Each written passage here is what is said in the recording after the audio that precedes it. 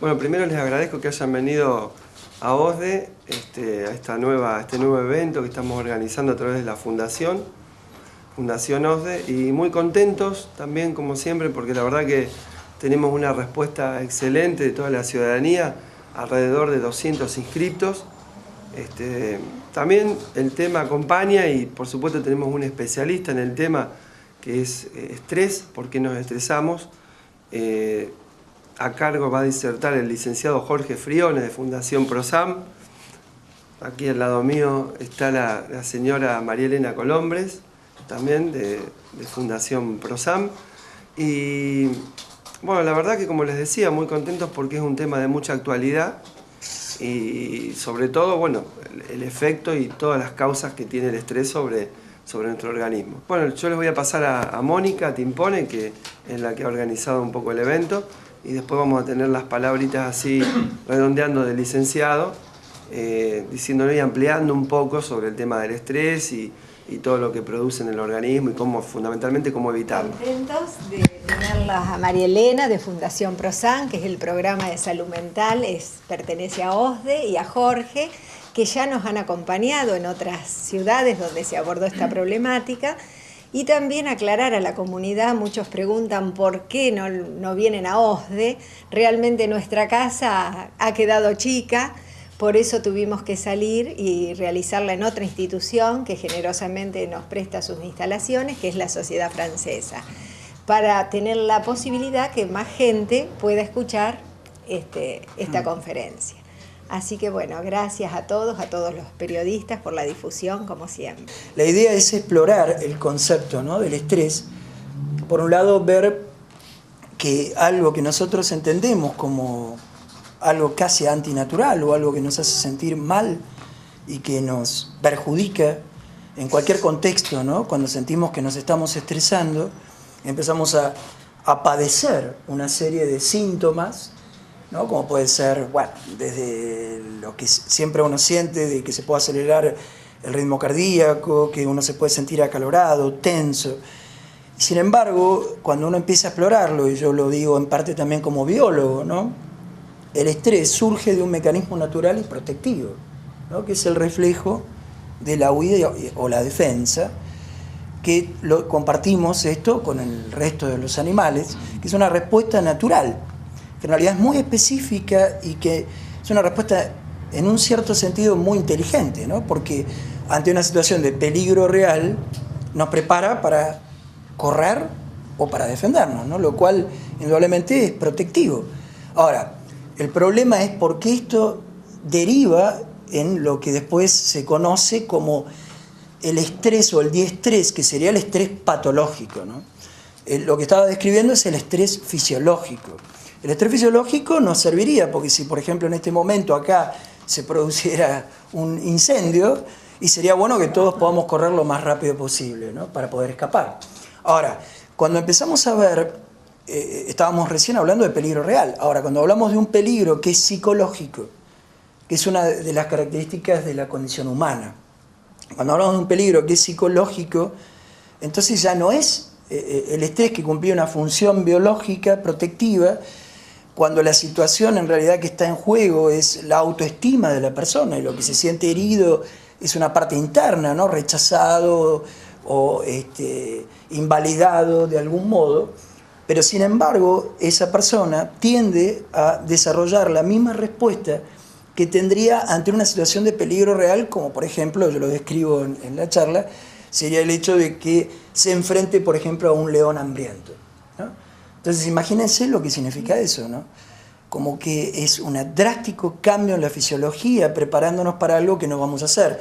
Entonces eso, como se le denomina en un proceso agudo, que es cuando ocurre en un instante, produce un efecto que ya de por sí es nocivo si se sostiene, ¿no?, porque el corazón está acelerado, la presión arterial se eleva, pero bueno, digamos que si fue un susto y pasó, es una situación que por supuesto que si se repite no va a ser bueno para la salud de esa persona.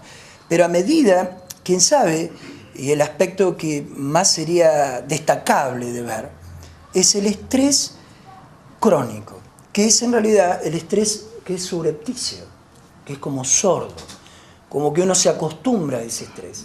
Entonces uno está en un contexto donde está expuesto laboralmente y entonces empieza a desarrollar un estrés que uno empieza, digamos, no lo detecta exactamente porque no llega a ser agudo, no es que estoy súper agitado, sino que empiezo a sentirme tenso, empiezo a sentir un poco, ¿no? Todas cosas que son por ahí no tan expuestas. Pero ¿qué pasa? A medida que el estrés crónico se acumula en el organismo, con el pasar de los meses y quién sabe de los años, ocurre algo que puede ser muy malo, que es que la persona se acostumbra a vivir una vida que no es natural. Está estresada y piensa que eso es normal. Indudablemente ahí es donde nos encontramos con un sinnúmero de enfermedades que se desarrollan, desde trastornos cardiovasculares o a nivel cerebral, ¿no? Un deterioro ya, digamos, físico, orgánico. Deterioro físico, orgánico, que se va, digamos, tornando cada vez más intenso y que se sostiene a partir de todo un mecanismo fisiológico que intenta mantenernos en un estado de alerta. No es tan fácil de resolver el estrés psicológico porque está basado en un peligro inexistente. Es como la presencia de un león que no existe, solo existe en nuestra mente. Y está relacionado con la condición humana y con el desarrollo, bueno, un poco de algo que por un lado es muy valioso, obviamente, ¿no? Como nuestra estructura, llamémosla egoica, ¿no? Nuestra autoestima, pero al desbalancearse todo este mecanismo y al conjugarse con este reflejo primitivo, si lo queremos decir, ¿no? De respuesta de la huida y la defensa, la persona empieza a desarrollar digamos, un deterioro muy grande de su vida. Ahora, para poder combatirlo, si lo queremos decir, a mí no me gusta decir la palabra combatirlo, ¿no? Sino más como reconducir la experiencia, porque si decimos combatirlo estamos viendo el estrés como algo que es totalmente negativo, y en realidad el estrés en sí mismo, si lo queremos decir, es como si fuera energía de acción. Si nos preparamos para correr o para defendernos, en realidad estamos desarrollando energía. El tema es si esa energía la podemos reconducir y la podemos dosificar. El tema es, en el estrés agudo, la hormona que a nivel, ustedes seguramente uno tiene como una idea, ¿no? Que hay una hormona que se llama la adrenalina, donde uno tiene miedo, y última el estrés. Se segrega cuando claro, ese miedo que decías vos. Exactamente. La adrenalina, el primer cambio drástico fisiológico que produce es esto de aumento de la presión arterial, aumento de la frecuencia cardíaca y respiratoria, ¿no? Con la función de prepararnos para lo que decíamos, ¿no? Correr o defendernos, pegar. Cuando empieza el estrés crónico a funcionar, entra en juego otra hormona, que también se produce en las glándulas suprarrenales, igual que la adrenalina, las que están por encima de los riñones. Y esa hormona, que es el cortisol, empieza a hacer estragos, porque es un corticoide. Y ustedes saben que los corticoides hacen mucho daño. Hasta nuestro propio corticoide interno nos va a hacer daño. Y muchos de esos daños son los que estábamos enumerando, ¿no? Como aumento de colesterol en las arterias, que va a predisponernos a enfermedades cardíacas o cerebrovasculares. Se produce aumento de la glucosa en sangre, que nos predispone a la diabetes, sobre todo de tipo 2, y así sucesivamente. Es un sinnúmero, osteoporosis. Esto es por la segregación del corticoide. Del cortisol. La forma de actuar para poder prevenir o reconducir una situación de esta naturaleza, yo creo que tiene que ser, digamos, una respuesta múltiple. O sea, no puede ser unidireccional, o puede ser un solo tipo de técnica va a contrarrestar semejante mecanismo, sino que va a ser la conjunción de una serie de estrategias, entre ellas técnicas de modificación de conducta. Yo creo que para esto es muy efectivo ciertas técnicas, ¿no? Que son un poco las que yo planteo o esbozo, alguna de ellas acá. Y una de ellas es, por ejemplo, entrenarse en lo que puede ser, por un lado, la modificación de la fisiología, ¿no? Que se puede entrenar eso, y que puede ser una herramienta muy poderosa. Para decirlo en términos más vulgares o que se pueda entender fácilmente, una forma de modificar la fisiología es modificar la respiración. aprender a desarrollar técnicas de respiración profunda puede ser muy valioso, porque la respiración tiene la contracara de que uno la puede controlar conscientemente, pero también actúa en forma inconsciente, está regulada por el sistema nervioso que es involuntario y el voluntario. Entonces la respiración es una poderosa técnica unida a un poco más, ¿no? Con variable gesto facial, que también es una herramienta muy poderosa, y el tono muscular, por ejemplo, ¿no? Entonces uno ahí tiene una fórmula, 3 variables que uno puede entrenar para variar. En el momento que se desarrolla el estrés, uno está entrenado para empezar a contrarrestarlo o reconducirlo, o como decíamos, que no llegue a los niveles donde empieza a ser dañino. Desde lo que puede ser la psicología tradicional, ¿no? El campo psicológico, del tratamiento psicológico ya conocido, a técnicas más nuevas, ¿no? Como la terapia cognitivo-conductual, que es más específica para este tipo de cosas, y lo que puede ser hasta, por ejemplo, formas modernas de trabajo en estados inductivos, lo que puede ser la hipnosis. Por ejemplo, hay una forma de hipnosis, que es la hipnosis ericksoniana, que es relativamente moderna porque Milton Erickson en Estados Unidos, ¿no? Existió allá por la década del 1980, fue cuando fallece Milton Erickson. Y él desarrolló todo un campo que también es muy interesante, ¿no? Y que se relaciona también con esto de las técnicas cognitivo-conductuales. Lo importante es que el estrés puede formar parte o puede ser hasta el factor, o un factor muy importante en el desarrollo de patologías como la depresión. Porque el estrés podría producir depresión en una persona.